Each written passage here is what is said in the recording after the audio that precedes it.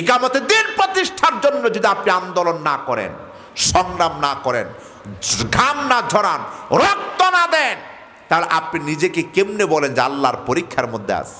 সুদ যারা গ্রহণ করে, যারা খায়, যারা দেয়, এর সর্বনিম্ন গুনাহ হলো আপন মাকে বিবাহ করা, নাউযুবিল্লাহ। কিন্তু যখন কথা বলে তখন বলে নামাজ না পড়লে কি হবে, আমার তো ঈমান ভালো আছে। কথা কয় না? দাবিটা করি ঠিক, কিন্তু কাজ কর্ম আমার আপনার একটু ঠিক নেই। কথা কয় না?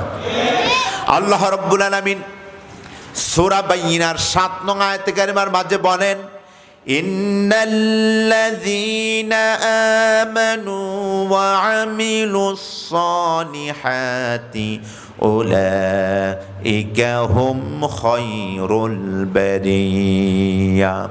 আমার আল্লাহ তাআলা বলেন, নিঃসন্দেহে যারা ঈমানদার হবে, শুধু ঈমানদার নয়, কারণ আমাদের সমাজে এমন অনেক ঈমানদার আছে, নামাজ নাই, রোজা নাই, ইসলামের কোনো দিক নির্দেশনা নাই, কিন্তু যখন কথা বলে তখন বলে নামাজ না পড়লে কি হবে, আমার তো ঈমান ভালো আছে। কথা কয় না? ঈমান হলো বিশ্বাস, আর কাজ হলো আমল। কোরআনে আপনাকে যা বলেছে তা করতে হবে, কোরআন যা নিষেধ করে দিয়েছে তা ছেড়ে দিতে হবে। এখন কোরআনের নিষেধটা আমি আপনি আমল করছি, আদেশটার ধারে কাছেও আমি আপনি নাই। কথা ঠিক না বেঠি? কোরআনের মধ্যে আল্লাহ বলছে সুদ খাবা না, সুদ দেবা না, সুদের সাক্ষী হবা না, এটা অভিশাপ, এটা হারাম। সুদ যারা গ্রহণ করে, যারা খায়, যারা দেয়, এর সর্বনিম্ন গুনাহ হলো আপন মাকে বিবাহ করা, নাউযুবিল্লাহ। আরেকটা মত এসেছে হাতেমে কাবায় জেনা করার নামান্তর। ছোট গুনাহ এগুলো, তাহলে বড় গুনাহটা কি হতে পারে ভাই? একটু চিন্তা করে দেখেন। অথচ সুদ ছাড়া আমরা মুসলমানরা চলতেই পারি না। ঘরে বাহিরে, হাটে বাজারে, লেনদেন সব জায়গায় সুদ আর সুদ। কথা কয় না? কথা ঠিক না ভাই? ঠিক। আমার মুসলমান ভাইরা, এজন্য নিজেকে যদি আল্লাহর প্রিয় করতে চান, আল্লাহর ঘোষণা হলো ইন্নাল্লাযীনা আমানু, তোমাকে পরিপূর্ণ প্রকৃত ঈমানদার হওয়া লাগবে, ওয়া আমিলুস সালিহাত, আর তোমাকে নেক আমল অর্জন করতে হবে। যদি তুমি নেক আমল করো আর যদি তোমার ঈমানকে মজবুত করে দাও, এই দুই শর্তের বিনিময়ে আল্লাহ রাব্বুল আলামিন বলেন উলাইকা হুম খায়রুল বারিয়া।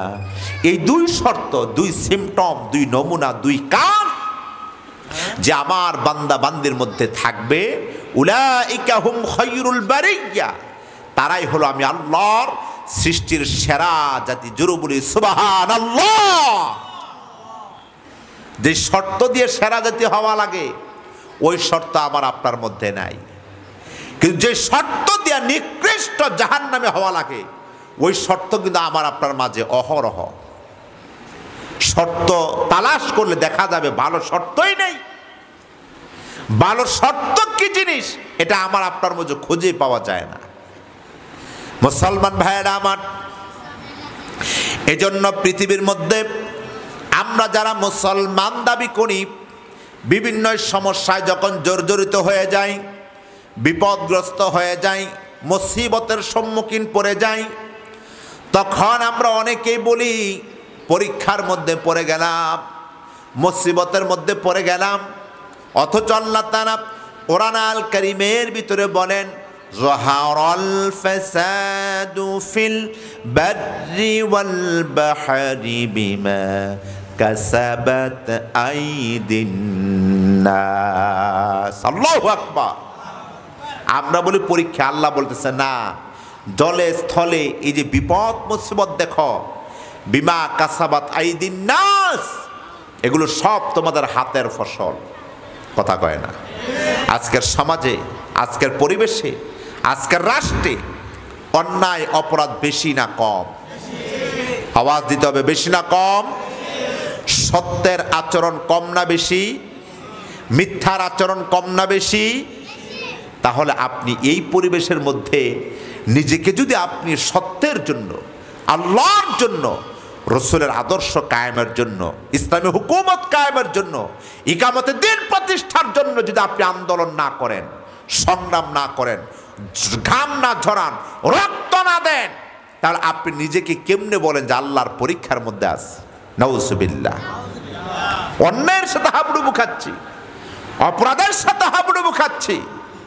এই অন্যায় অপরাধগুলো করার কারণেই আমার আপনার সম্মুখে মুসিবত, শান্তি নাই, শান্তি নাই, অতীতের শান্তি খুঁজে পাচ্ছি না। তার একটাই কারণ, মাঈশাতান দঙ্কা, আমার আপনার জন্য জমিনটা আল্লাহ তাআলা সংকীর্ণ করে দিয়েছে। নাউজুবিল্লাহ বলেন। কে দিয়েছে? কেন দিয়েছে? আমার আপনার আচার আচরণের কারণে। কথা বলেন, কার আচার আচরণ? আমাদের। আওয়াজ দেন, কার? আওয়াজ দেন, কার? আমাদের। প্রতিটা অঞ্চলে, প্রতিটা এলাকায়, প্রতিটা আনাচে কানাচে, রাস্তাঘাটে অন্যায় অপরাধ।